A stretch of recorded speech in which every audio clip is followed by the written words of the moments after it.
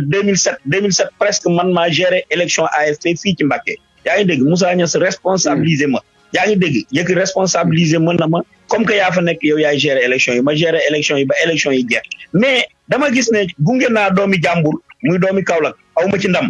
muy Moussa Niass moom ma gunge aw ma ci ndam parce que ba mu paree ay mbokkam la dem jëli dugal leen assemblée nationale di ànd ak ñoom liggéey muy waa Kaolack ak waa Nioro ma de ñu la même chose allait se répéter avec Malick Gakou parce que Malick Gakou bi mu ubbee permanence bi dama gis permanence bi yëpp mu duy ko waa Guédiawaye ma ne nag au lieu que may continuer di xeexal doomi jàmbur naa dellu sama dëkk ma xool sama dëkk nan mu mel ma dem xool leader ba ma fa doy bi ma ñëwee ma coïncider ak la présence de Galoba qui est un fils de Mbacké qui est un cadre également ma ne nag naa décider pour de bon ma ànd ak Galoba définitivement loolu moo tax tey ma nekk ak Galoba bëgg nag ëllëg yóbbu ko li Fatick réussir avec Macky Sall pourquoi pas ñun ñu réussir ko avec Galoba ici à Mbacké loolu moo ma yóbbu APR.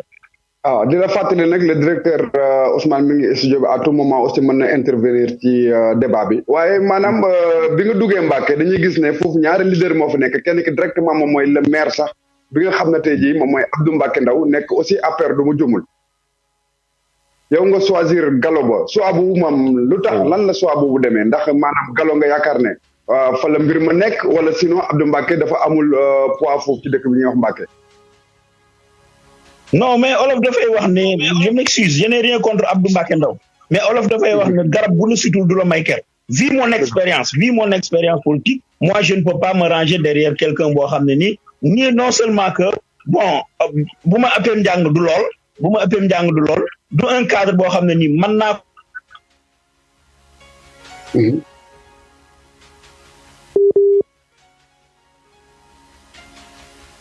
ay fi muy daw allo waaw di fàttali mbokk auditeur rek waaw mu ngi ñëw waaw allo waaw mais pour ma fàttali damay faral di wax ne pour la première fois dans l'histoire politique de Mbacké ñu am un maire boo xam ne il peut pas siéger aujourd'hui conseil des ministres il peut pas avoir un poste au niveau de l'Assemblée nationale dañ ko amoon avec maire yi fi jaar yëpp tous les maires yi fi jaar soit ministre la ñu doon wala ñu doon député wala ñu am benn rang au niveau national mais avec Abdou Mbacké tel n'est pas le cas comme nag garab bu la si dul doo may ka moi j'ai vu que avec Galoba aujourd'hui Mbacké am na avantage yi mooy lan siège conseil des ministres mën na am avantage yi am yeneen poste de responsabilité ma ne nag pour au lieu de soutenir quelqu'un boo xam ne ni du la yóbbu fenn mais je préfère être avec Galo pour yóbbu ko. waaw léegi ci biir loolu monsieur Sy man damaa gis ne maanaam Galo am na poids à Mbacké et puis le président de la République jox na ko confiance parce que bu mu jumul fa la commencé sax bi ñuy xool élection présidentielle campagne fa la ko commencé à Mbacké la ko commencé. après am fa defee mais ci biir loolu aussi Abdou Mbacké Ndao dafa mel ne moom moo ëpp doole Galo ci biir APR parce que moom lan fal moom lan xam moom moo yor mairie ba et puis mooy diriger dëkk ba bien que yaa ngi wax sax garab du la surtout du la may kër mais nag est-ce que loolu waa Mbacké lu leen gis yow li nga gis loolu leen gis ci Abdou Mbacké non parce que xam nga damay faral di wax ni bon Galo ba transition bi mu def nit def ko fa jafe na parce que xam nga lan moo tax loolu mooy que Galo ba dafa def 3 mois la def ci bi mu ko dafa ñëw créer un mouvement politique ñu def 3 mois mu dugg ci élection mu dugg biir APR diriger liste APR pour dem élection locale bi mu demee élection locale xam nañu fee yi fi amoon mooy que saaga yi jub tey moo jiboon ci élection locale yooyu Mbacké gépp boole ñu sanctionné ñu daanu opposition Abdou Mbacké ñëw cëf réew mi parce que instant boobu y avait le cas Cissé Lo ak Serigne Sy mu saaga woon au niveau de Touba yaa ngi dégg muy cas boo xam ne ni presque toog nañ fi une semaine yoo xam ne ni campagne yi pour yeneen échéance yi ci des présidentielle moo fi jaar ak kii nu mu tuddati ak législative échéance yi fi jaar présidentielle yi bon Mbacké bon peut-être président Macky Sall aussi am na foo xam ne nii moom daf ñu fa war a gën a dimbale fi ñu fa war a gën a leen dimbale mooy que Mbacké dañu sentiragul seen bopp ci reñ bi loolu moo tax peut-être élection yi metti woon lool ci ñun parce que Mbacké amul benn infrastructure bu ñu fi def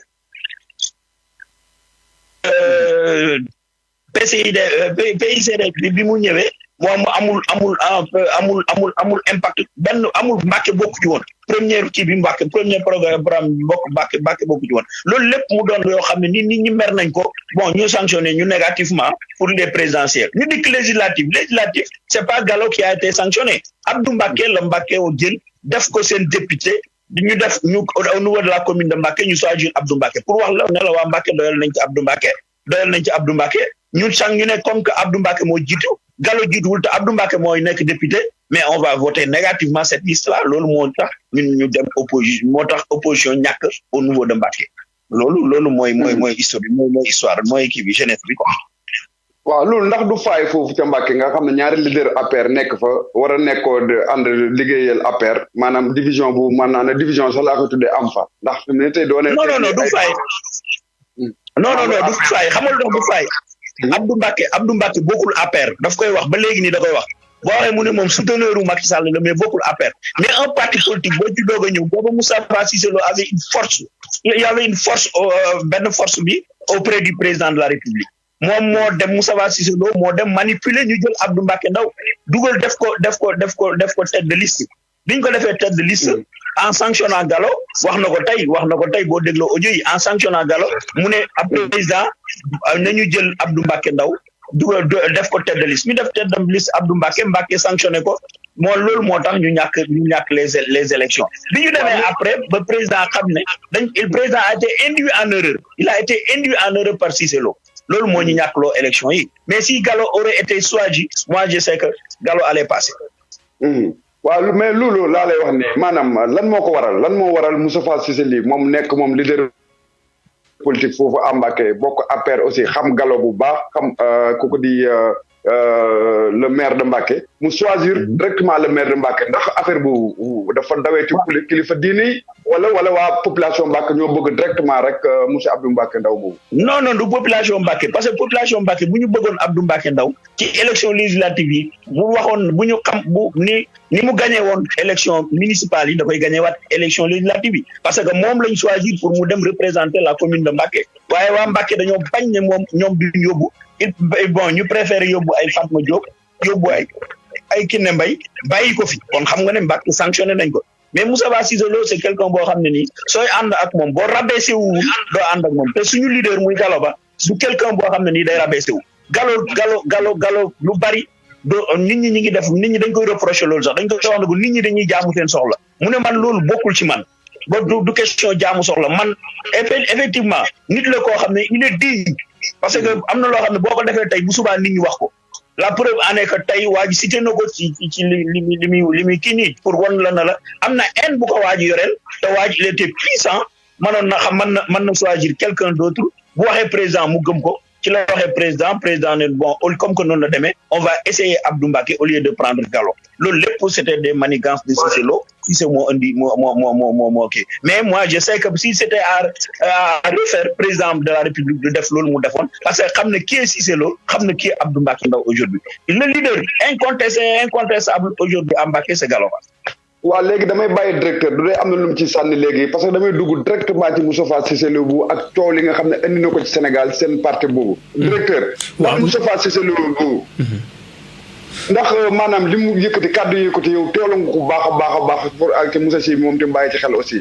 waaw man monsieur Sy man maa ngi déglu débat bi vraiment c'est très pertinent mais dafa mel ni monsieur Sy man ni ma ko gisee ci émission bi xam naa Gallo daal da ko woo ci néeg bi rek ni ko soo demee dee ma tàgg monsieur Sy dafa mel ni ci émission bi da nga fi nekk dafa mel ni da nga fi nekk parce que Gallo Ba ñu ngi koy nuyu au passage jaar na fi am na jàkkaarloo ak ñun bien vrai que c'est un homme de Mbacké kenn dootu ko naatable ci biir Mbacké c'est un allié de Macky Sall le directeur général de la SOGIP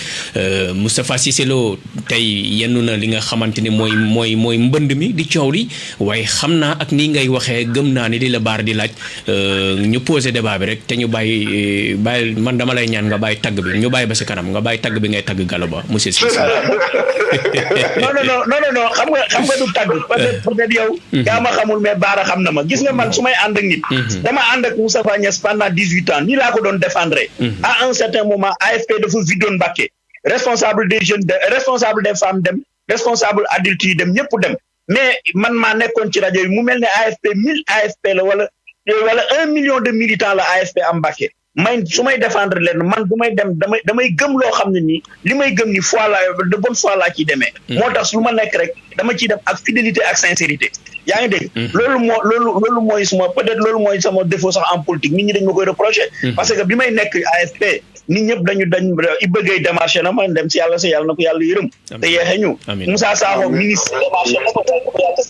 te ma wax la benn anecdote. Ablaye Babou dañ ko def ministre de l'emploi et du travail. Ablaye Babou nga ma kaagu dem ma def la chef de cabinet ministre ma ne ko déedéet man du ma quitté AFP. ma wëlbatiku nekk foofu défendre Moustapha Niasse ba nit ñëpp fu ma tourné sama image Moustapha Niasse lañ ci jóg. man nit ku ma àndal loolu laay àndee ak yow peut-être c'est un défaut pour moi mais man loolu laay gëm quoi man damay lu ma ànd naa ca mais lu ma nekkul également nekkuma. mais est-ce que bii yoon am nañu yaakaar que ni c'est définitif que di nga toog bii yoon ci Gallo Ba mbaa doo yeewu suba teel def ni nga def ca Moustapha Niasse. non Moustapha Niasse déggoo li ma la wax dañoo ànd man ak moom mu trahir ñu ça c'était une trahison. c'était une trahison parce que 18 ans nga ànd ko ak ay jeunes 18 ans ferme lañ ànd ak Moustapha Niasse yaa ngi dégg. Moustapha Niasse xëy ñu saaga dàq ñu ci parti man ci 12 yi ñu dàqandoo ak Malick Gakou ci laa bokk ci 12 yi ñu dàqandoo ak Malick Gakou ci laa bokk yaa ngi dégg te 18 ans après lañu def loolu fu ne ñu xeexal ko fa nag taxaw fu ne loolu fu ne ñu taxaw fa également commissaire politique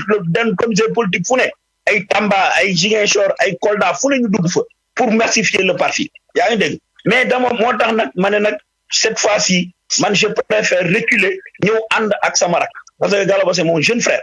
sama frère la suma xarit la suma lépp la yaa ngi dégg musuma am leader au niveau local mais nag aussi boo demee ba li olof yi di wax ku ndóbin rey sa maam soo séenee lu ñuul da ngay daw mënuma di gunge doomi jàmbur ñu di ma trahir je préfère être avec mon kii parce que man sama temps trahison da cee nekkul mais ku ma àndal rek après nga trahir ma mais kon naa reculer ma ñëw ma gunge sama kii mais cette fois-ci ñaanal ma Gallo Ba ma àndal muy ànd boo xam ne c'est définitif yàlla dimbale ñu ba li ñuy séntu suñu borom defal ñu ko. merci beaucoup merci Bara demal Bara. waaw Amine la ñuy ñaan directeur maa lay remercier waaw mais c'est que dafa mel ne sa ñaan gi nag dafa mel ne dafa am lu ci dugg lu ci luy ñuul ci soom parce que Moustapha Cissé Lo yëkkati na ay kaddu yi nag fi mu ne perturbé na bu baax a baax parti politique bi nga xam ne tey jii moom mooy APR foofu ci dëkk ba ndax yëkkati na ay kaddu saaga ñu bëri sax am na ñoo xam ne ñaawul nañ saaga yi waaye dafa mel ne jox nañ ko raison parce que moom dafa mel ne li gars yi démassifié xam nga ko ci waxee ci olof démasqué moom lay def moom maanaam li nga xam ne tey jii moom la nit ñi homme politique léegi di def maanaam de nekk ci parti sonn ca wala nga militer ci waaye defoo ko pour la population danga ko def sa fond bopp parce que moom jàpp na ne ñu bëree bëri ñu ngi jàpp léegi Macky Sall wala di ànd ak Macky Sall waaye seen intérêt bopp moo leen fa bàyyi ndax loolu dëgg la wala Moustapha Cissé Lo directement dafa c'est trompé de cible ak de personne. Bara ma wax la lenn Moustapha Cissé Lo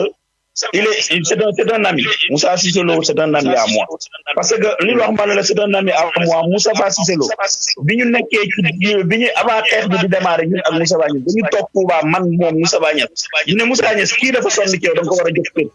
waaw da nga ko war a jox ay responsabilités ci sa biir parti parce que dafa sonn ci yow bi nit ñëpp demee bàyyi la fa moom moo nekk saaga na fu mu mën di jóge ci àdduna nit ñi duñ ko rafetlu tey duñ ko rafetlu ëllëg allo allo ñu ngi lay déglu waaw duñ ko rafetlu tey saaga duñ ko rafetlu tey duñ ko rafetlu ëllëg amul benn saaga parce que kuy saaga rek da ngay xool rek bu ñu saaga woon ci sa waajur loolu moo tax ma ne duñu rafetlu saaga waaye nag bon ci biir loolu am na ay développement yu fi am tey te leer na ma ne fii ak suba presse bi danañ ci jot su ci presse bi jotee bu ñu ko relayer ñoom xam nañu danañ xam yan raison moo poussé Moustapha Cissé Lo mu àgg foofu te nañ ko ñaanal suñ borom jëlee ko ci li mu nekk parce que li mu nekk ni nañ ko ñaanal rek suñ borom jëlee ko ci quoi waaw parce que moom dafa wax ne moom président de la république di Macky Sall moom da koo gunge moom sax doy xool dane moom sax moo ko fal ndax ci ay komam la ci daan def ci dooleem def ci léppam ba président bi fal te président bi aussi boobu ba léegi ba mbir mi amee aussi kenn dégg ko ci mu wax dafa mel ne benn comité de charge rek ci parti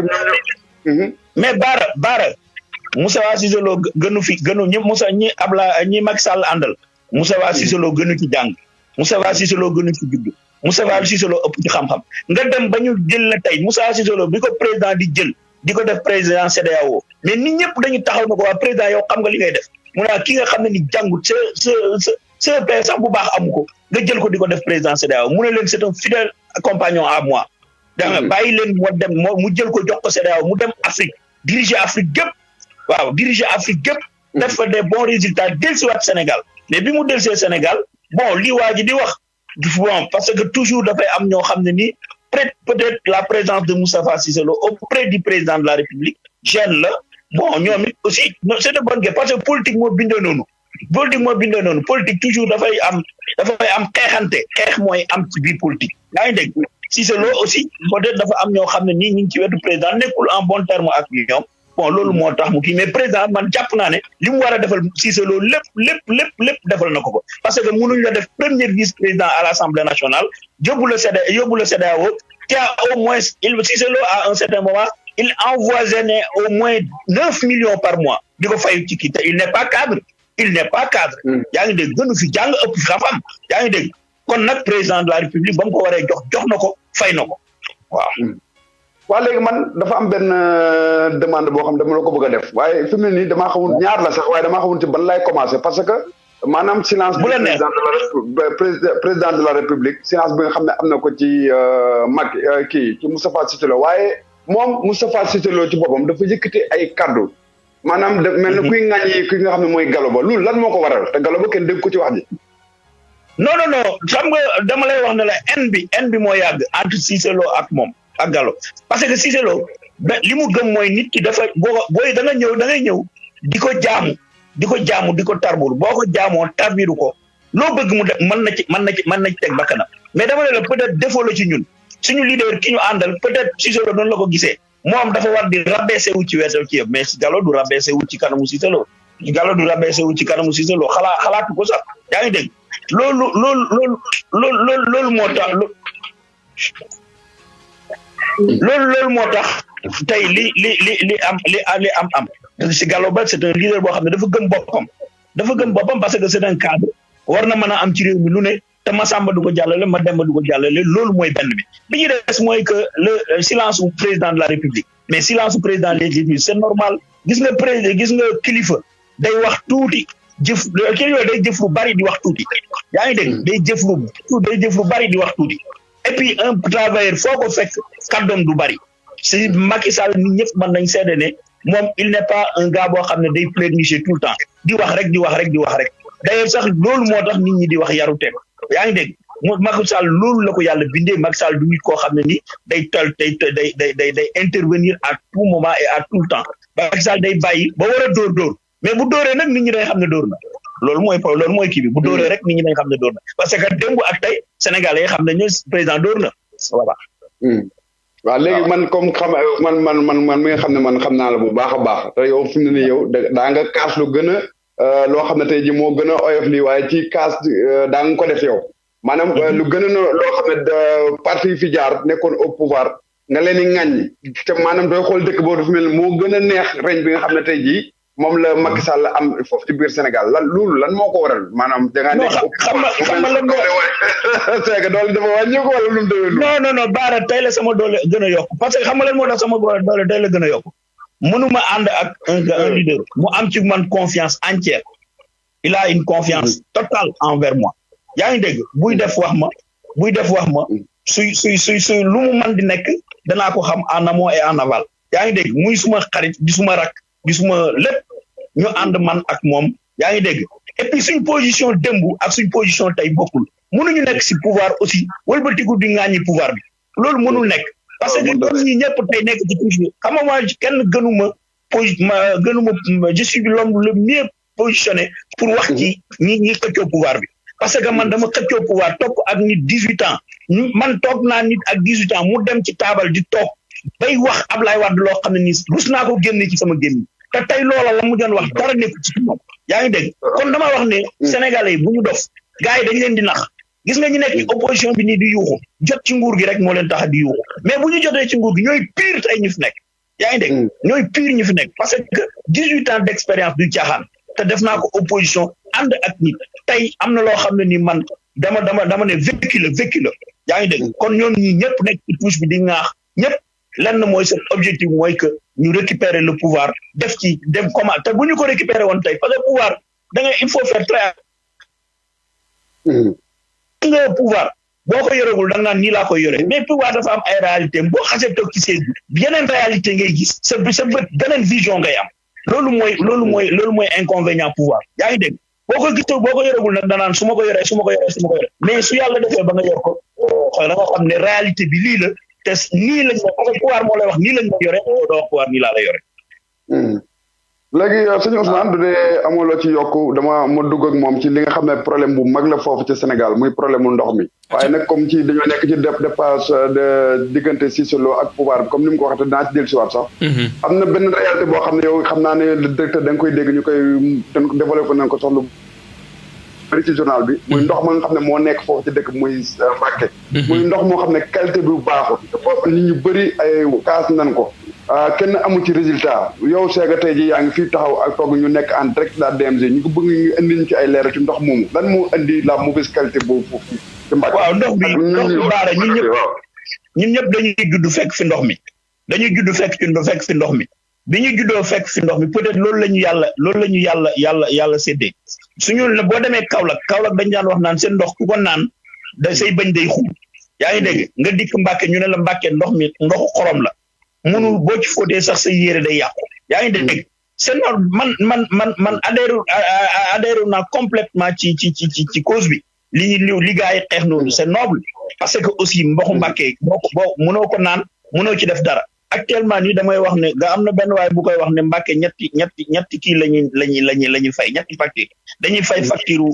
ndox mu neex mi ñuy jënd di fay facture ndoxu Mbacké ma ne ko yokk ci benn mu ne ko suñu yére yu baax yi ñuy jënd di ko sol Ndakaaru lañ koy fóotaloo wala ñu dem Touba fay 2000 benn yére bu nekk ñu fóotal la ko kon loolu facture la boo mois bi total jeexee boo ko totalisé au moins dana dem ay 15000 wala 20000 francs loolu facture la yaa ngi dégg kon ndoxu Mbacké c'est normal ñu kii ko mais nag aussi du question que xam nga li may faral di wax baara gis nga Mbacké bi ndox mi bu ñu bëggee mu changer du ay panel moo koy changer du la gëm du ay panel moo koy changer wala du leneen moo koy changer gis nga baara damay faral di joxe ñaari exemple Moustapha Fall bi mu fi indi hôtelu Mbacké bi délégué au tourisme la woon état gouvernement Senghor yaa ngi dégg bi mu fi marché Mbacké bi ministre des affaires étrangères la bokk gouvernement Senghor Sambé bi mu fi indi ndoxu forage bi ñu soxla ko lool. allo Lamine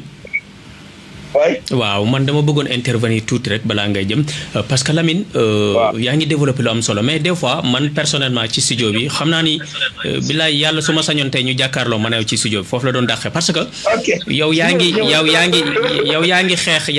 parce que Baara question bi mu la posé Baara du ma bàyyi ma fen laaj nañ ko son excellence Gallo Ba toog nañ fi waxoo dugal nga ci Kaolack man je suis un natif de Kaolack foofu laa juddoo yeroo fa loolu moomu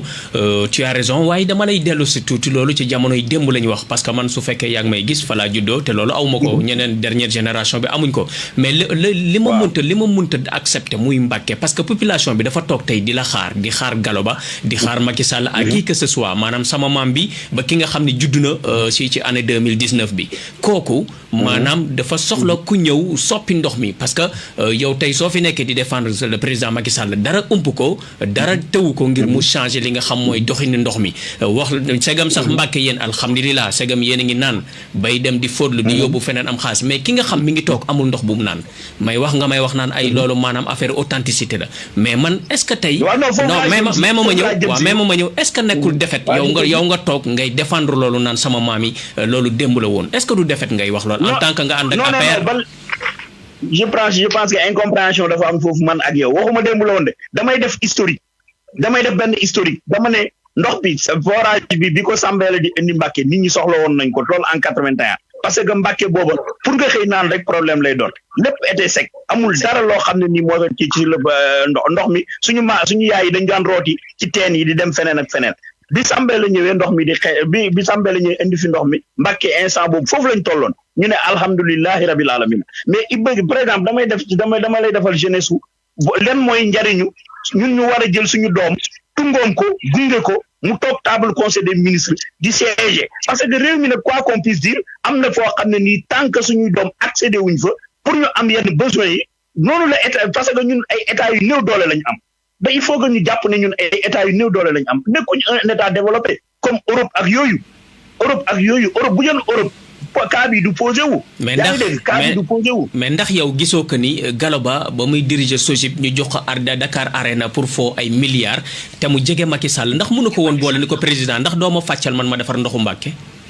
est-ce que loolu nekkul woon nécessité. Gallo Ba dinaa la wax ñett yoo xam ne nii saa yu wéetee ak président wax na ko ñett li ma jàppal saa yu wéetee ak président nee na ko président mun na ko Mbàkke dafa war a am stade parce que la jeunesse en a besoin. waaw la jeunesse en a besoin daf ko koy wax Mbàkke dafa war a route mu ne ko tali Daaru Salaam bi mu ne ko da nga ko war a defar président parce que loolu dafa ay kii la mu ne ko bi ci des mooy que ndoxu Mbàkke mi mu ne ko président dañu war a jàppale pour ñu naan ndox mu neex yaa ngi dégg ñetti doléance yi man leer na ma ne fu président te fu ñu toogee en kii président moom présenté na doléance yooyu président mais loolu moo tax tey ma wax la na la njariñu ñun ñu war a xeex ba suñu doom tey di toog table conseil des ministres loolu c'est un déggoo li ma la wax dama ne suñu defoo tey mooy que dañu amul doom joo xam ne am na xam-xamu toog tey fi ñuy jëlee ci instance de décision yi waaw décision yi gën a am importance parce que Gallo Ba moi je sais que su doon chaque jeudi mardi mu dem conseil des ministres toog conseil des ministres gis le président de la république parce que am na loo xam ne nii par événementiel la koy gis wax ko mais tey bu nekkoon tey table conseil des ministres mën naa ne le problème aurait été réglé depuis waaw parce que loolu président il faut que ñu ko mu am koo xam ne ni doomu Mbàkke la ministre la mu dëkkal président nag xamal ko ne ko Mbàkke dañu war a naan ndox mu neex mais doo bàyyi ba événement jot nga ñëw ne président Mbàkke dafa no parce que gis président nag aussi c'est pas n'importe qui c'est nu mu tuddati du tout à tout moment ngay gis président de la république moo tax nag aussi mais ñi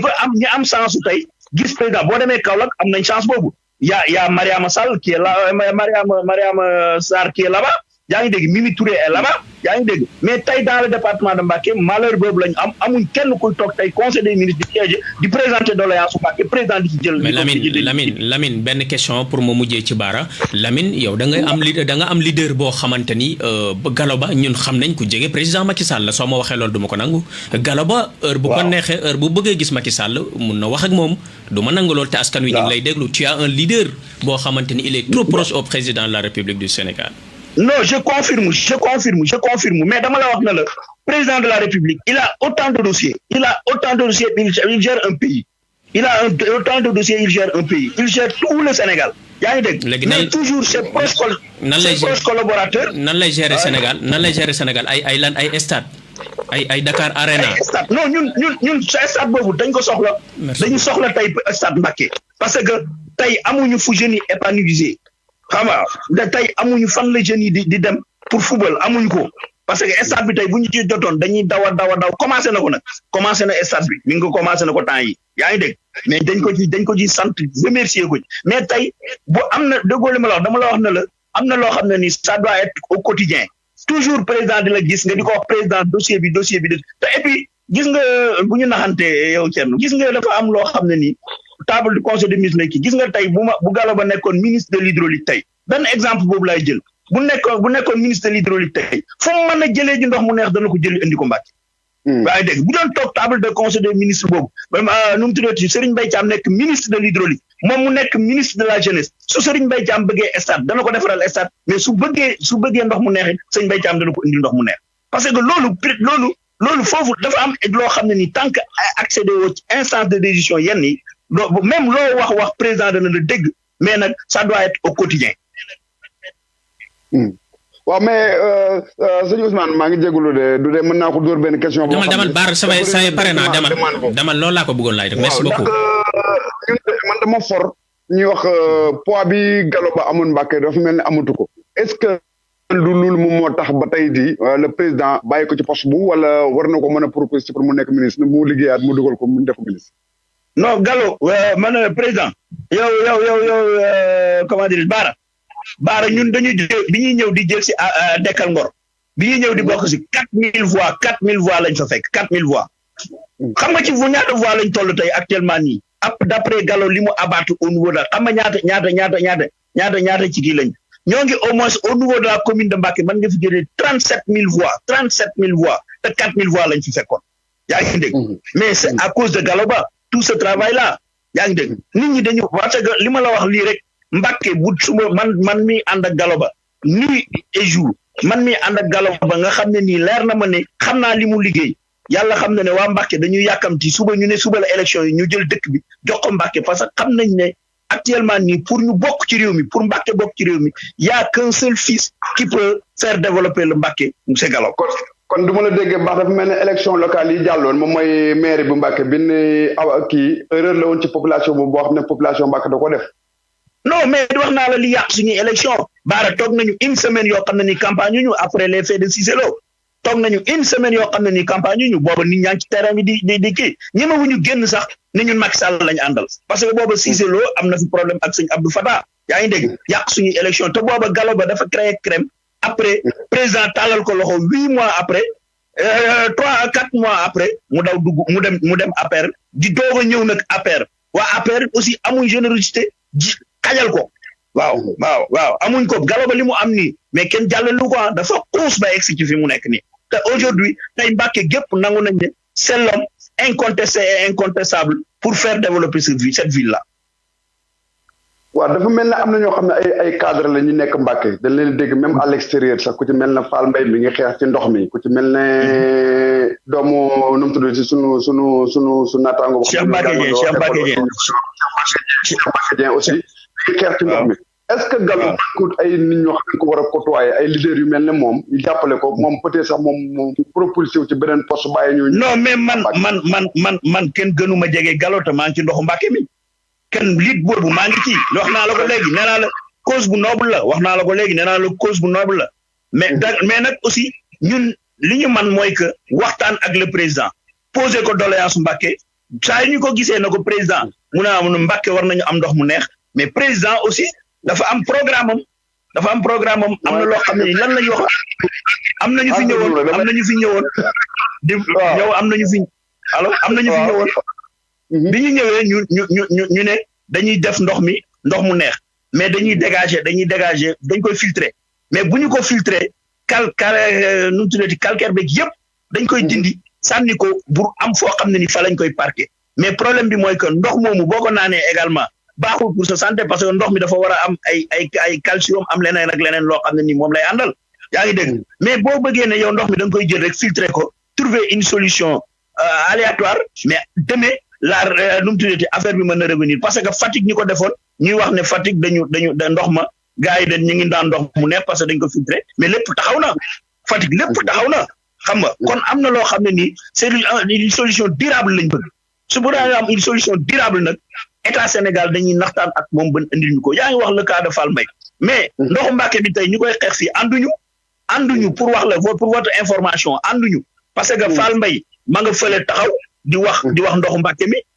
Cheikh Mbacké Dieng mi ngi fële taxaw di wax ndoxu Mbàkke mi bërki démb lañ ma wax na ma ndoxu Mbàkke mi ñi ko njëkkoon a initié ñu yaa ngi dégg ñoom Ndias Gueye toog naa ci ak moom Ndias Gueye en Espagne toog naa bërki démb ak moom ñu waxtaan ci mu ne ma ñaari réunion yi ñu fi njëkk tëñu yëpp man maa ko def waa Bencene àjjana ñoom ñoo amoon autorisation bi ñoom ñëpp pratiquement boo limee biñ Bencene àjjana association boobu ñaar ñoo ci des ñaar ñi ci des ñëpp bàyyi nañ ndox mi yaa ngi dégg kon nag ku nekk dox ci jëmale mën na leen nag lii jëmalewul fenn da kenn den li ay nit ñuy ànd dañuy dëkk bloc nekk benn di xàcc ci dóorandoo barki démb bu maa bay dafa convoqué benn réunion fële nu mu tuddati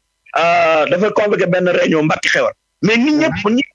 wax Mbàkke bi Cheikh Mbacké Dieng man maa ko interpellé en personne na ko ndax yaa ngi ci réunion ndox mi parce que man réunion yi audio yi en direct laa ko doon jot ma ne ko ndax yaa ngi ci ndox mu ne ma déedéet déw ma ca ndox ma ne ko mais lu tax nga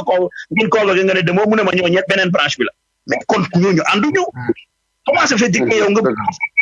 ànd ak ñi bu ñuy xeex benn cause bu noble ñëpp dañuy ànd nekk benn mais nga fractiser lépp ñeenti entité ku nekk di wax ndoxu Mbàkke soo waxee fi ne nii boo interrogé woon yaa am na 4 panel yoo xam ne ñëpp ndoxu Mbàkke la ñuy wax mais ban nga ci àndal ça pose problème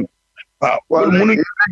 pour tëj ko foofu maanaam dafa am benn demande boo xam ne demande perspective laa koy def man ndax yow solution boobu gis nga ko ndax ndoxu Mbàkke boobu un jour dana ko mos a réglé. waaw dana mos a réglé wu mais nag nañu jël nañu xam nga lan moo tax mais baara man damay wax ne l'impossible xam nga amul parce que lu tax impossible amul mooy que Fatick boo xoolee Fatick li ñu réussir tey ba jël seen doom def ko président de la République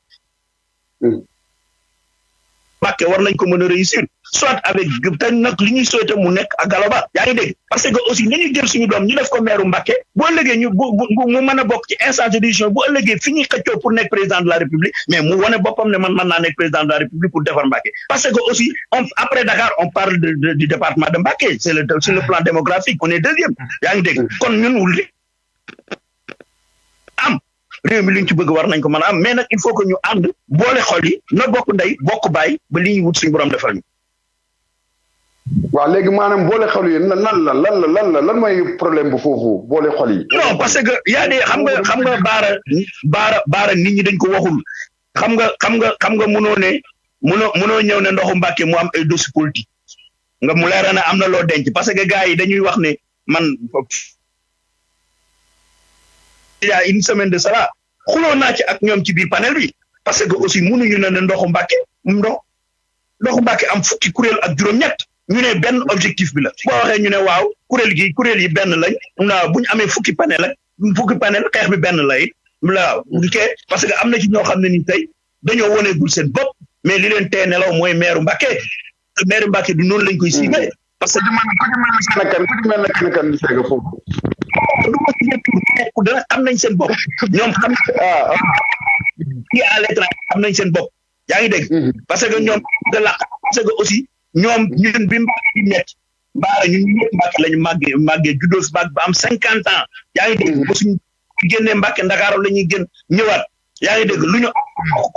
ko waa Mbacké mënoo liggéey ba am 60 ans retraité ñëw mosoo defal Mbacké dara ñëw neem da ngaa bëgg a nekk maire Mbacké loolu mënul nekk baara parce que ñun ñi am 35 ans xamuñ la bu ñu waxee bu ñu leen boo jaaroon ci mbedd mi duñu wax kii mooy diw mais un Séga si lan nga ko gënee parce que yow xaalis yaa ngi dégg dem nga ci àll bi am nga xaalis yaa ngi dégg nekkoo sax amoo dara loo jariñ Mbacké nga ñëw ne da nga bëgg a nekk maire Mbacké mais il faut arrêter da ndox mi am na ay dossiers yoo xam ne gars yi waxuñ ko te ci kanam dana leer. incha allah léegi nag foofu damay teg sama tànk mu nekk waroon dugg ci soldat muy Covid 19 bi mais damay dugg proprio aussi ci Mbacké li nga xam ne fan yi mu ngi fay am ndax gis nañ ne comme ni nga ko waxee adduna bi mi ngi dem te suñu mag yu bëri ñu ngi commencé di tirer les références ku ci mel ne grand Alioune Badara Diouf ñu koy wax Badou nga gën ko xam ci ñu xamoon ko ñun ñëpp démb aussi barki démb ki ñuy wax le grand Galas Ndiaye Fall nekkoon aussi moom tim un chroniqueur de l'Observateur nekkoon ku ràññewoon ko Galas Diallo daal ci ñoom ñëpp waaw Galas Diallo ñoom ñëpp ñu génn àddina mu mel ne rek àdduna mi ngi dem ma lay may foofu nga yëkkati ci ay kàddu mu nekk kàddu njaal ci la population Mbacké aussi waaw damay jaale waat dellu rek di jaale waa Mbacké parce que dañu ñàkk suñu doom yoo xam ne nii tey ñooñu waroon na seen xam-xam rek mënoon na servir Mbacké waaw mais suñ borom su bëggee keneen ku bëgg da ngay ñàkk un Badou Diouf un fédérateur la woon un Badou Diouf un voyant la woon un Badou Diouf un sage la woon au niveau du quartier yaa ngi dégg baara Badou Diouf nga daan ñëw këram fekk ko mu toog ak trois générations ñi mu bokkal génération ñi nga xam ne nii ay rakkam lañ daan maasel ak ay doomam 3 générations ngay fekk ñu toog ak Badou yaa ngi dégg kooku c'est une grande perte pour le quartier yaa ngi dégg tax parce que ñun xam nañ ni lan la Badou doon jariñ ci quartier bi te dootuñu am nit ku mel noonu Fallou Galas Diallo dama màgg ci yaay. dëgg la allo waaw réseau bi mooy daw waaw allo waaw ñu ngi lay dégg waaw. daa am woon yaa ngi dégg Fallou Galas Diallo ma màgg ci ay tànkam mu doon sama lépp. yaa ngi dégg ñuy dem këram di ko fréquenter di toog ak moom di attaaya yaa ngi dégg bi mu jógee L'Obs dañu toog di waxtaan ma ne ko Fallou mu ne ma ne ko lu tax nga arrêté ce regard de Fallou yi ngeen bind parce que yow am na ñoo xam ne dañ doon jënd regard bi sax pour yow mu ne ma pourtant li nga ma wax nii moom la ma ñu bare wax yaa ngi dégg na ma regard Fallou bi waroon nga ko continuer waroo ko woon bàyyi ñu doon échanger ci lu bari nag de Mbacké à Dakar yaa ngi dégg may dem këram di ko fréquenter man Pape Cheikh Fall qui est à Paris que je salue au passage yaa ngi dégg Omar Seck yaa ngi dégg Mounas sa soxna yaa ngi dégg ñii ñëpp Fallou Galas Diallo lañu màggee yaa ngi dégg mu doon suñu xamul woon xaritam xamul woon maga moromam xamul woon rakam ñëpp la doon ànd moo ñu mag téeméer yoon waxoon kër gi ànd ak ñun kooku bu ñu demee tey ba ñàkk ko et puis sabaaram Mbàkke jariñu wuñ ci sabaaram Mbàkke dañ ci jariñu wuñ parce que aussi man de du c'est pas pour wax de ma nga ci dëgg maa ngi ci fen dafa am un jour ma toog ak sama leader mu ne ma des gens comme Galas Diallo mu ne su yàlla jotoon ñu jot dëkk bi mu ne mën nañ leen indi Mbàkke li ñu bëgg ñu gérer ko ñu gérer ñu ko te pourtant ba Galas ba il doon na presque doon na retraité yaa ngi dégg te boo retraité woon tey ñëw ñu gañe Mbàkke ñu yor Mbàkke mais ñu xam nañ lan la Galas man ak lan la Galas xam ñu jël ko responsabiliser ko pour que mu jariñ Mbàkke voilà loolu mooy kii mari damay dellu nag di féddale waa Mbàkke sama njaal dëgg la man te maa ngi profité aussi di leen jaale suñu famille ñun ñëpp rek di ko jaal waa Mbàkke di ko jaal la famille Diouf di ko jaal aussi la famille Diallo di ko jaal koñ ba ak waa Mbàkke yëpp rek di leen ñaanal yàlla ñoom ñëpp rek yàlla xare na aljana suuf seen kaw ba àllaaxira ngeen nekk rek daa xale seen aljana gi mu desee ma 6 minutes ma bëgg ko rek du dee directeur amoo loo ci kii directeur déedéet demal waaw li ma ci maanaam Covid 19 bi nga xam ne tey jii mooy mbas mi xam naa du ci xaj sax mais nag taxawaayu Gallo Ba taxawaayu aussi Mbàkke ak waa population Mbàkke nan lañ ko dundee ndax effectivement li nga xam ne tey jii moom mooy ndimbal yeeg comportement yi est-ce que Mbàkke. waaw Covid bi bi mu amee première réaction Gallo Ba rek mooy que dañu jënd eau de javel jënd ay madaar jënd leneen ak valeur 1 million de francs CFA lañ dem jox ko préfet yaa ngi dégg ñu jël valeur 1 million de francs CFA dem jox ko préfet xeeb ko lool yaa ngi dégg jël ay masque ñi ànd ak Gallo Ba famille ànd ak Gallo Ba jënd ay masque yaa ngi dégg ba pare jël madaar jël eau de javel yóbbu distribuer ko ci daara yi famille dem yóbbu ko ci daara yi yaa ngi dégg ñu jógee foofu Gallo Ba jënd 20 tonnes de riz yaa ngi dégg jënd 10 tonnes de sucre distribuer ko également ci population Mbàkke yaa ngi dégg kon ñun day def naa directeur mi ngi lay reede lu xew directeur lu xew yaa koy reede sa waa ji mais directeur acca loo may ree directeur non naa la bàyyi nga dawal parce que waxtu wi jeex na su ma la songee rek du baax non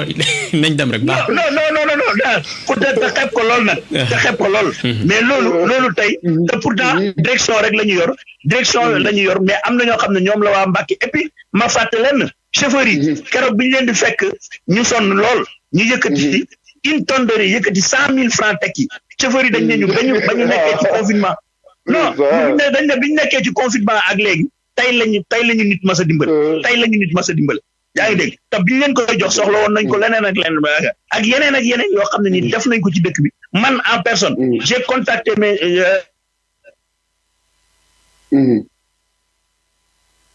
mu ne ma bu ma koy def mu ne ma man boo jël politique mu ne ma ne ko man bu doon politique du ma ñëw parce que moi je suis avec Gallo Ba mu ne waaw mu ne ma ne ko su doon politique xam naa ne bokkoo ci politique laa la woo ci politique loolu moo tax ma ñëw tey pour wax la ne la na nga dimbale waa Mbàkke mu daal di jënd eau de javel jënd ay masque jënd ay gants na ma demal yóbbu ko jox ko comité Mbàkke ma indi ko jox ko comité Mbàkke kon ñun def nañ ci mbas bi xeeb nañ ko lool nag parce que ñun lu ñu mën di am Mbàkke ñu dëgg nag suñu sañoon ñu def lu raw loolu léegi dafa am benn structure boo xam ne dafa am foofu ca Mbàkke ñu koy wax Mbàkke Dimbu ci kanam maanaam benn jubluwaay bu ñu jublu def Mbàkke Dimbu ci kanam mu mel ne am nañ ci ay résultats est-ce que du département de Mbàkke war nañ ko mën a suivre loolu. lan ci. mooy Mbàkke Dimbu ci kanam benn benn koñ boo xam ne dafa jug rek da bëgg a jëlee en charge ay ab koñam maa ngi fay. non l'initiative est bonne c'est une très bonne initiative man je salue leur démarche moo am fépp sax d'ailleurs da ngay Mbàkke Xewar bëri ki démb 20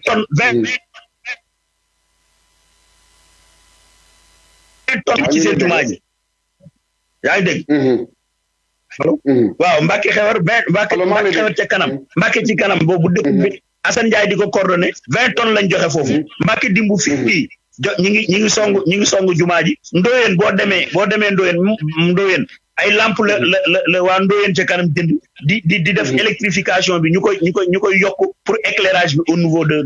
Ndoyeen Mbàkke actuellement nii pour wax leen tout ça c'est le maire qui devait prendre ça en charge mais malheureusement defu ko nit ñi ngi wëlbatiku defu ko di ko def à sa place waaw léegi sëñ Cheikh du directeur am lu mu ci yokk rek man 2 minutes ma say kàddu yu mujj rek xam naa ci rajo DMG bi ni nga ko gisee xam naa. mais directeur non man directeur nag war naa am. non man dama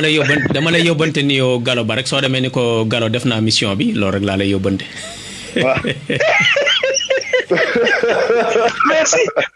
merci xeeru dal de directeur. merci directeur mais moi je suis comme ça directeur. man lu ma nekk rek. Sénégal gépp danañ xam ne kii ci lii la nekk. waaw peut-être loolu sama défaut la mais loolu man fu ma nekk rek damay wane ne. sama développement encore une fois nag. Bara c'est un ami d'enfance. ñoo defandoo lépp. lépp ñoo ko defandoo man ak moom. moo tax moom vraiment bi ma waxee émission bi ma sawar ci lool. bon di ko sant encore di ko gërëm. même munaas moomu di jabaram. buntu këram laa doon naanee ataaya tout le temps. kon ñooñu mën naa ne c'est une famille. c'est une famille. waaw maa ngi leen di nuyu. mais Lamine man daal li ma lay yóbbante di ko yóbbante Gallo man ndox moomu bëgg naa ngeen taxaw ci. parce que ndox dafa nekk loo xamante ni lu ñu war a mën a taxaw la daal te tamit lu mën a nekk la. c'est pas impossible c'est possible à 1000%. ok. non mi ngi lay suivre Gallo mi ngi lay suivre. dégg na li nga wax mi ngi lay suivre. waaw man kon directeur déggatuma la gisatuma la. comme léegi sa mission Lamine Sy mottali na ko merci beaucoup directeur. non chronique de laa koy defal waaw. merci. waaw Serigne Seck. bu la dara ñu ngi lay jaajëfal baax vraiment di kontaan ci répondre ci émission bi xam naa du ñàkk aussi dina la jël ci beneen thème sax parce que. waaw ni nga ko waxee noonu la demee. non man maa ngi ci sa disposition rek saa ma contacté. ci pouvoir bi moom xam na ma jaaxal daal waaye nag maa ngi lay ñaanal aussi di ñaanal sa directeur bu di Gallo Ba li ngeen mébét ci Mbàkke rek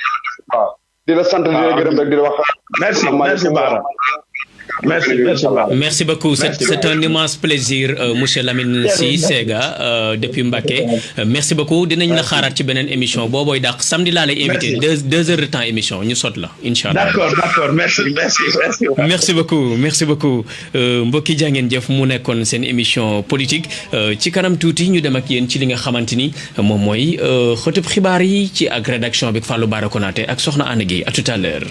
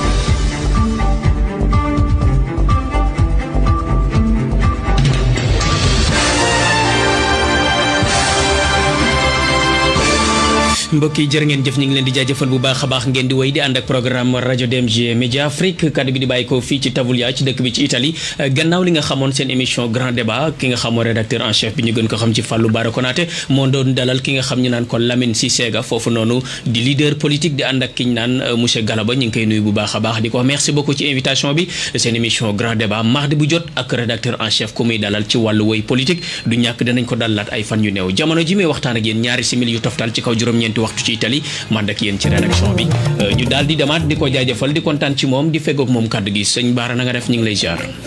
waaw bonsoir rebonsoir sax laay wax monsieur le directeur di la nuyu di la ziar bi rafet lu baax émission bi fi jaaroon ci sama diggante ak Lamine Sy Sega bi nga xam ne moom moo nekkoon foofu ca Mbacké di responsable politique surtout affaire nekk ci ginnaaw Gallo boobu ni comme ni nga ko waxee. ci kaw loolu ko feggoog moom ñu naan ko madame Konaté ñu naan ko soxna Anna na nga def bonsoir. Bonsoir Ousmane, bonsoir Bara maa ngi leen nuyu di leen ziar di nuyu auditeurs yi ak auditrices yi di nuyu waa rajo bi yëpp. Merci beaucoup à vous l'antenne. waaw ñu ñëw ci maa ngi lay delloo ziar ñu ñëw ci li gën a fës ci yéenekaay yi ñu dugg ci enquête moom indil nañu suppression primature le revers de la médaille. waaw mu nekk loo xam ne ginnaaw bu mu la nuyee ziar la mooy ay mise à l'épreuve yoo xam ne def nañu ko bi pandémie bi amee gouvernement Sénégal boobu ba léegi di seet seen biir maanaam seet bi moom mooy di def di jéem a xool nañ ñuy taxawee ci pandémie mu am loo xam ne aussi ñu ngi ciy trouvé ay résultats waaye am na loo xam ne ba tey tal mel la ci biir mu nekk liggéey boo xam ne aussi ralenti na bu baax ba nga xam ne li nga xam ne tey jii moo fa am maanaam ñoom dañu jàpp ne nekk na loo xam ne daal vraiment ay jiixi jaaxal ci liggéey bi nga xam ne tey jii am na foofu ci primature ndax trouvé gun bu baax a baax solution bi nga xam ne ñu ngi bëgg a trouvé pour faire face li nga xam ne mooy mbas mi moo tax nekk na loo xam ne rek ñu bëri le président de la république ñu ngi koy contrôlé te wax na rek xam naa doo wutul rek am na sax danañ dem ba poste premier ministre boobu sax danañ ko supprimer bu baax a baax pour def ko li ñuy tuddee ko li ñuy wax un secrétaire du conseil des ministres comme ni ko jamonoy Abdou Diouf defoon ay jamono. ñu ñëw ci yéenekaay bi di direct news moom indil nañu vilipendé par des médecins doctorats et brocardé par des détracteurs. Ibrahima Soukandela Diouf se lave à grande eau et réaffirme ses convictions. waaw kooku di Ibrahima Soukandela Diouf maanaam bi nga xam ne tey jii defoon na li nga xam ne moom mooy du radiation sax waaye dakkal liggéey bi nga xam ne ñi nga xam ne tey jii ay médecins en doctorat la ñoo waroon jàpp ci liggéey bi ñu ŋàññi ko ci ne wax ci bon ci moom yaakaar ne maanaam li ci tax ñu rajo leen moom ci la bokk moom yëkkati na ci ay kàddu wax ci ndax moom wax na daal li tax mu def mbir moom parce que jàpp na ne ñun ñu wax ay médecins lañ ay doctorat amuñu benn preuve boo xam ne pour le moment andeegul nañ ko ci ay lijaasa wan ko teg ko ci taabal ji pour ñu mën a xam ne mën nañ leen jël loo luñ tudd ay liggéeykat lañ mën nañ leen jël wala mën nañ leen jox li nga xam ne tey jii moom mooy gëdd gi nga xam ne mooy gëdd docteur bi tant que indiwu këy yi nee na daal moom gis na ne ñooma ay liggéeykat lañ wante nag moom mun leen a jël ci liggéey yoo xam ne bu def leen li ñuy wax ci catégorie moom mooy socio professionnel boo xam ne tey jii moom mooy ay vrai docteur lañ daal te li wax na ne aussi ne déclaration yi ñu ci wax nag maanaam concerné wut ñi nga xam ne tey jii ay médecins yoo xam ne jeexal nañ carrément waaye ñi nga xam ne dañoo nekk ay étudiants nekk en système année di liggéey ak ànd ñoom di liggéey daal bëgg na ci kii bëgg na ñoom ñu comprendre fi ñu waxee ne waxee ko da leen ŋàññ ci ñàkk ba ñu mën a liggéey waaye diplôme bi nga xam ne tey jii mooy jëmmal de nekk docteur ba tey ñu amaguñ ko moo tax mu jël kàddu yi waxee ko noonu te gis na ne am na nit ñoo xam ne ñu ngi nekk ci ginnaaw di ko yàqal wala di ci wax yoo xam ne wax ji amul njëriñ amul chance moom ni ñu ko jëlee rek na ñu indi kii bi indi diplôme yi teg ko ci taabal ji ñu mën leen a assumer comme ni ñu ko waxee mën leen a embaucher foofu ci Sénégal bu mu mujjee rek daan ne moom wax dëgg yàlla diggante ma Macky Sall moom wax dëgg yàlla président de la République dara yàq ko ci booba léegi nii. ñu ñëw ci yéenekaay bi di l'info moom indil nañu Aboubacry Sow DG de la SAED nous tablons sur 300 tonnes de riz paddy. waaw lii dafa nekk loo xam ne maanaam riz bi ñu ngi tudd paddy waaye dafa fekk ci ay déclaration xam ne yëkkati nañ ko ci ne ko opérateur économique nee nañ maanaam ci mbas mi di jàllee Sénégal pour mu développer économie mi ngi dépendre ci mbay mi loo tax Aboubacry Sow mu nga xam ne moom moo nekk directeur de la SAED ku wax SAED wax ceeb bi nga xam ne tey jii moom la ñu bay Sénégal nee na moom incha allah danañ teg ci taaba ji di toll ay 300,000 tonnes ci benn ceeb boo xam ne ñu ngi ko tuddee sax ceeb paddy bi nag xam naa ne moom du ñàkk de dana jege ceeb yi nga xam ne Sénégal yi bëgg nañ ko bu baax a baax mooy Chiam bi nga xam ne daa nañ consommé ci dëkk ba. ba tey ci l'info la ñuy desandi moom indil nañu faux médicament une valeur de plus de 90 millions saisis par douane. waaw mu nekk liggéey bu am solo boo xam ne les soldats de l'économie moom mooy la douane sénégalaise def na ko ba ndax lii dafa nekk loo xam ne day am bu bëree bëri Sénégal moom mooy ay médicaments yoo xam ne dañ koy faral di ko dugal ci dëkk ba di ko fa jaay ci marché yoo xam ne nekkul marché ay pharmacie waaye ay lieux yoo xam ne fa lañ nit ñi daje di fa jaay ay kii wala di ko dugal ci marché hebdomadaire yi ba douane bi nga xam ne mooy douane Sénégal moom jàpp na ci volet boo xam ne toll na ci 90 millions mu nekk séjour boo xam ne vraiment séjour bu am importance la ci li nga xam ne tey jii moom mooy faux médicament yoo xam ne ñu daan circulé foofu ci Sénégal. ñu ñëw ci réew mi quotidien moom indil nañu APR Cissé Lo insulte l'avenir ce que risque le diffuseur des vocaux du parlementaire. waaw ginnaaw ba nga xam ne dèjà sax am na dogal boo xam ne jot na caa jóge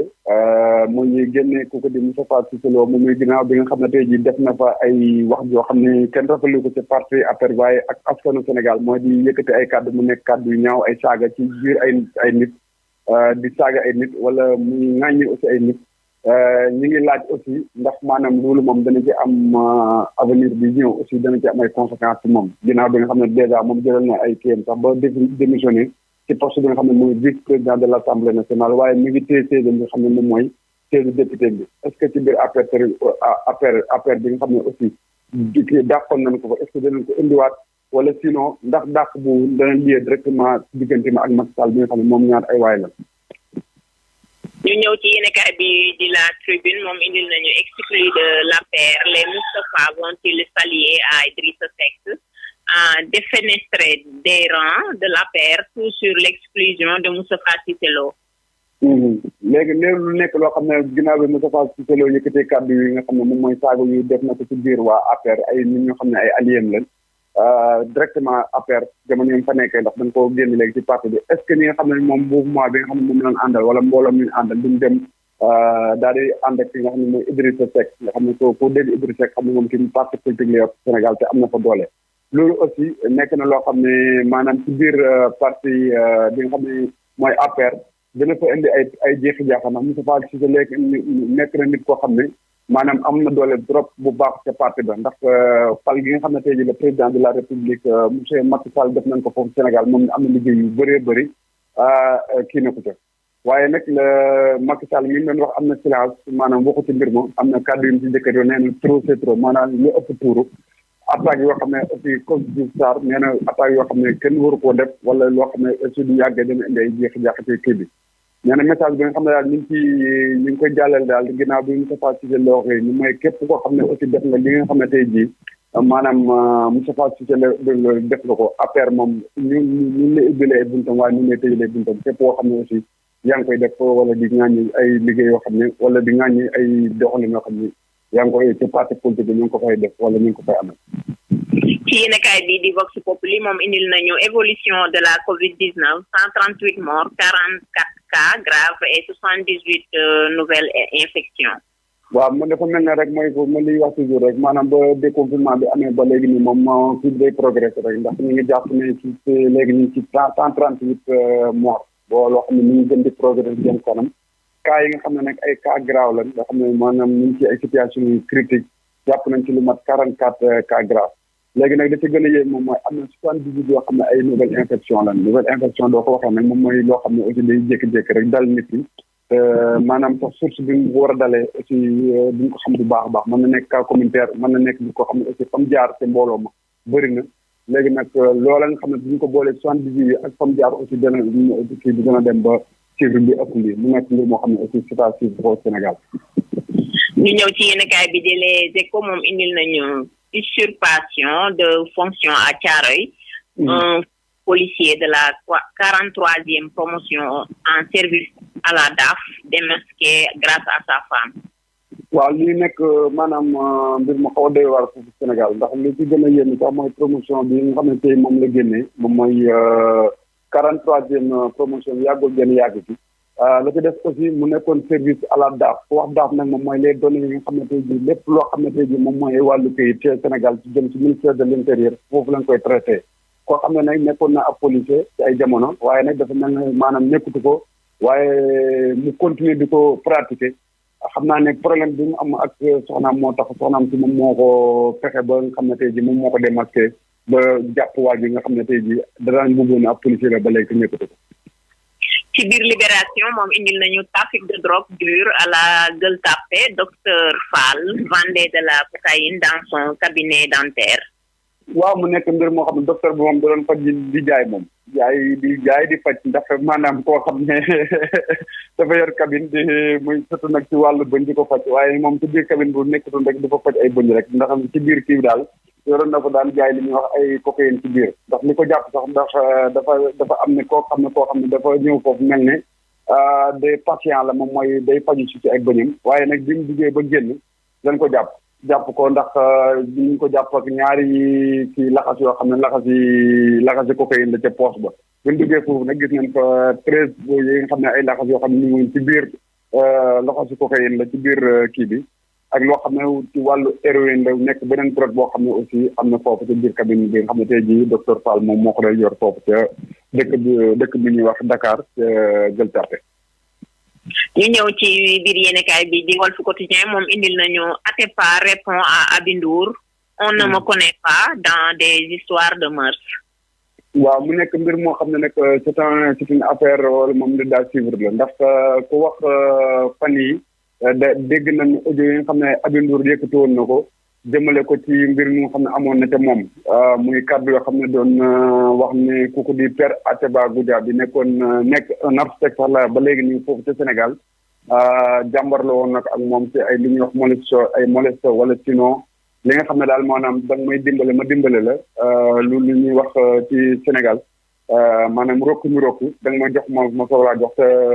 di indi ci ay jafe-jafe ci Aby Ndour moom ci place boo xam ne yor na foofu ci corniche ba mu ci tudd Atepa Goudiaby bi ñuy wax daal maanaam liy taxaw mbir mi gën a sax Père Atepa da ko doon sàkk moom bañ moo taxoon mbir ma am waaye fan yi aussi Père Atepa Goudiaby moom ci yëkkatiwaat na ci ay cadre mu nekk cadre contradiction li nga xam ne soxna Aby Ndour waxoon na ko mais nag moom da nekk nit koo xam ne xamuñu ko ci problème yu jeex-jeexa yu mel ni ay problème yu ñàkk fulla ñàkk fayda ci nga xam ne tey ji Aby Ndour yëkkati na ko te waaye nag ci biir loolu aussi du ko bàyyi mu seddee noonu ndax moom lépp loo xam ne aussi war na koo def ba loolu nga xam ne tey ji activé nañ ko te dana setal deram ba pare waaye du ci demee ba aussi mën a dem ba dem ci yoon dana ko def aussi. ñu ñëw ci biir yéenekaay bi di l'évidence moom indil nañu Soukeyna Fall conseillère du président de l'Assemblée nationale toute la République est meurtrie par les insanités de Cissé Lo. waaw mu nekk saago yi nga xam ne tey Moustapha Cissé Lo def na ko moom mooy li nga xam ne daal nekk na loo xam ne Sénégal moom kenn rafetlu ko rawatina nag kooku di Soukeyna Fall mu yëkkati wax na nag bi mbir mi amee boobu ba léegi daal képp koo xam ne yaa ngi ci parti politique wala structure yoo xam ne parti politique boobu di affaire dirigé na ko daal ñu ngi koy ŋàññi bu baax a baax tey di yaakaar rek aussi le président de la république moom tam dina ci yëkkati ay kàddu wax ci wala aussi jël ci li nga xam ne moom mooy dogal bi nga xam ne war nañu ko dogal ba responsable politique yi mel nii dootu yëkkati ay kàddu di ko def nii wala di ko wax askan di ko dégg rawatina nag di ko def foofu ci parti politique bi aussi. ci biir Source A moom la ñuy ñëw indil nañu autour de la santé de Moustapha Cissé Lo durant ces dernières heures 1001 interrogations. waaw mu nekk mbir moo xam ne aussi xam naa danañ koy jéem a développé parce que ginnaaw bi ñu déggee saaga yi ñu bëree bëri ne xamul lu ko waral waaye jàpp nañ daal naqar boo xam ne Moustapha Cissé Lo am na ko wala sinon ay constat yoo xam ne am na ko ci biir ñi nga xamante ji moom la bokkoon liggéey ci affaire bi ndax moom day faral di ndamoon ne ki nga xam ne mooy le président de la république son excellence monsieur Macky Sall moom di Moustapha Cissé Lo sa poste boobu mu nekk fa moo ko fa teg ndax ba muy ànd ak moom kenn nekk foon moo fa nekkoon di def di dindi tax na nag bi nit ñi ñëwaat nekk ànd ak liggéey président de la république ñu ci bëri nag seen intérêt personnel moo leen fa bàyyi ndax seen i poche moo leen fa bàyyi liggéey bi ñu war a liggéey aussi liggéeyuñ ko wax ji bëri na ginnaaw moom bu ñu koy waxee sax noonu wax ji bëri ji waaye jàpp na ne rek wax ji bëri jeeg nit ñi nañ fa toogee foofu ca président de la république jege ko rek defuñ fa dara lu seen alal bopp lañ fa wut seen komu bopp moom moo tax mu yëkkati woon ñi nga xam ne tey jii mooy kàddu yi nga xam ne jëmal ñu ko ci ñu ay nit foofu bokk ñoom parti ba. ñu ñëw ci yéenekaay bi di Record ci wàllum tàggat yaram moom indil nañu mercato gros bras de fer à Manchester Koulibaly oppose City et United. waaw ginnaaw bi nga xam ne tey jii Kalidou Koulibaly moom mooy défenseur boobu sénégalais bi nekk Naples yàlla def na équipe yu bëri bëggoon nañ ko ba tax na ci Liverpool nekk équipe bi nga xam ne foofu la Sadio Mané bi football ren sax ñoom ñoo jël championnat bi bëggoon ko waaye seer gim seer daal moo taxoon ñu mujj bàyyi ko daal di jéem a xool ñu téye Sadio Mané waaye booba leen taxul ba Koulibaly moomu am na équipe yu bëri aussi ko soxlawaat ku ci mel ne ñaari Manchester City yi muy City ak Manchester United nekk ay équipe foofu ci championnat Angleterre bi ñoom actuellement nii ñu ngi ciy def seen bras de fer pour xool aussi nan lañ mën a def ba décrocher ko pour mu ñëw football leen année bi dina incha allah. ñu ñëw ci yéenekaay bi di Rewmi Quotidien Sport moom indil nañu un bras de fer XXL dans les dossiers Koulibaly et Skriniar. waaw Skriniar maanaam li mu bëgg a wax foofu moom mooy ñoom ñaar ñëpp ay défenseur lañ défenseur yoo xam ne défenseur yu aguerri lañ maanaam ñu mucc ay ci li nga xam ne moom la ñuy def foofu ci championnat bi rawatina championnat Italie bi ki nekk Inter de Milan moom mooy Skriniar boobu kii di Kalidou Koulibaly nekk Napoli ñu gën ko xam ci Napoli nekk dossiers yoo xam ne aussi dossiers yoo xam ne équipe yu bëri ñu ngi leen suivre waaye maanaam cher gin cher aussi tax na ba ñu bëri ñemewul leen waaye aussi maanaam seen ak dem bu dee dañuy jógee ci championnat Italie dem ci yeneen championnat dana nekk loo xam ne aussi dana xaw a wàññi poids yi nga xam ne défenseurs yi nga xam ne tey jii ñoo nekk ci championnat Sénégal Italie de football ku ci mel ni Skriniar mi nekk Inter ñëpp ràññee ko ci poste bi nekk mu mel ne aussi Koulibaly noonu la mel foofu ci Napoli waaye nekk boobu ba léegi nit ñaa ngi wax rek doo wutul rek xam naa doo wutul jóge championnat Italie dem ci yeneen championnat yi. ñu ñëw ci yéenekaay bi di sunu làmb foofu la ñuy jeexalee ci xibaar yi moom indil nañu ay yéenekaay ci yéenekaay indil nañu revanche contre Gris Bordeaux en 2021 Balla Gaye 2 en cours de gros risque. waaw ginnaaw bi nga xam ne Gaston Mbengue mi nga xam ne tey jii moom mooy promoteur bi nga xam ne moo ko décroché su foofu sax di taxaw aussi di leen jàlle ki nga xam ne moom mooy seen waajur yi génn àdduna moom ak Aminata Mbengue Ndiaye di leen ko ñaanal yàlla xare ko aljana moom décroché na combat bu muy combat revanche boo xam ne kooku di le Lion de Guédiawaye di Balla Gaye 2 war koo def ak Gris Bordeaux waaye nekk ñi ngi jàpp ne ginnaaw bi nga xam ne mbëri toog nañ lu yàgg kenn déggu leen bëriwuñu aussi Balla Gaye jékki-jékki rek jël combat boobu ci ki nga xamante ne moom mooy Gris Bordeaux nekk na ay risques yoo xam ne mën naa nekk ci moom ndax ci Gris boobu ba léegi aussi découlé wut foofu ci bi mu nekkee li ñuy wax le Tigre de Fass découlé wut wala amuñu ko victoire boo xam ne wax dëgg yàlla victoire boo xam ne waa Fass ñu koy sobari ci yéen kon nag mu nekk loo xam ne rek dañu jàpp ne rek risque la ci Balla Gaye 2 mu jël revanche bi war ko jàmboor la ci Gris Bordeaux. ba tey ci suñu làmb moom la ñuy desandi entre Lac et Boy Niang 2 quel choix pour Tapha Tine. waaw mu nekk loo xam ne aussi Tapha Tine boobu ba léegi ñu ngi taxaw di xaar moom wax dëgg yàlla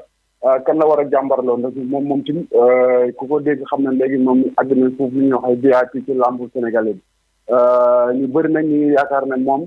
war naa mën a dajeek ki nga xam ne mooy Lac de Guiers wala ñu jox ko Boy Niang ndax Boy Niang bu xam naa ne wutu moom mooy sud bi nga xam ne moom mooy topp sa xabaari foofu yàlla defoon na joxoon na ko ci tool 55 millions pour mu croiser Balla Gaye waaye nag moom loolu xaalis boo xam naa da koo xaw a xeeb ba mujj ko jël xam naa da wutu daal ci Tapha Tine mu ngi leen mujjee wala Tapha Tine jël moom itam fii foofu ñuy Lac de Guiers di naataango Balla Gaye. waaw sëñ Bara loolu moo fi gënoon a fës ci yéenekaay yi Ousmane ñu ngi lay jox kàddu gi. ñu ngi leen di jaajëfal soxna Anna leer na lool xanaa saaga yi ci dëkk bi kañ mooy xaw a doy waar waaye nag yàlla baax na ñu xool rek ba xam naa daal ku wax moom gëm naa ñu jël si la waaye daal moom saaga moom kenn du saaga surtout maam mag ndax tamit wax ji moom sëñ Bara Moustapha Cissé Lo kilifa la te it yaakaar naa ne yow mi li ngay baax yaru lool am na foo xam ku la saaga nga fay xanaa kay dañoo fësal saaga ya ñu waaye doy na waar daal lépp nañ ko bàyyi noonu rek te xamante ni nañ leen jéem a bokk ndey bokk bàyyi te xam ne réew mi jamono ji ñu toll taluñ ay saaga xeex wax dëgg yàlla lu ko yëxati ak lu may nit ñi stabilité moom la ñuy wax chaque jour moom la ci émission yi nañ leen booloo doon benn ànd doon benn te jàppale jeunesse beeg ñi nga xam ni sonn nañ trop mbir mi du état bi mbir mi du borom xaalis yi sama maam beeg sa maam keneen ak keneen sénégalais lambda bi soxla na ndimbal soxla na ku ko fekk si kon bokk ñi ngi lancé appel yéen journalistes yeeg muy turu média yi ñëpp a ngi ciy wax ñi ngi ñaan nguur gi nañ toogaat xool ni ñu doxalee Sénégal moo gën àtteeg xeex affaire yu fii lépp sa éphémère léppay jàll gis nañ fi lu ne loolu daal mooy laa doon sànni ci journal bi di leen jaajëfal bu baax a baax nag di leen jox dig daje ci kàttanu borom bi mun na am suba incha allah. jërëjëf soxna Anna merci beaucoup. jërëjëf merci beaucoup mbokk yi jàngeen jëf ma bàyyi leen ak li nga xam mooy service commercial rajo bi di kontaan ci yéen bu baax a baax di leen wax à tout à l'heure seen émission Warga Sénégal merci beaucoup à tout à l'heure. Mais avant tout les femmes, avant tout une dame qui a créé un titre, je crois qu'elle dégg ko sax d'ailleurs kooku mooy kan Viviane Chidid Ndour. Viviane, c'était la surprise de la journée. Viviane yegsil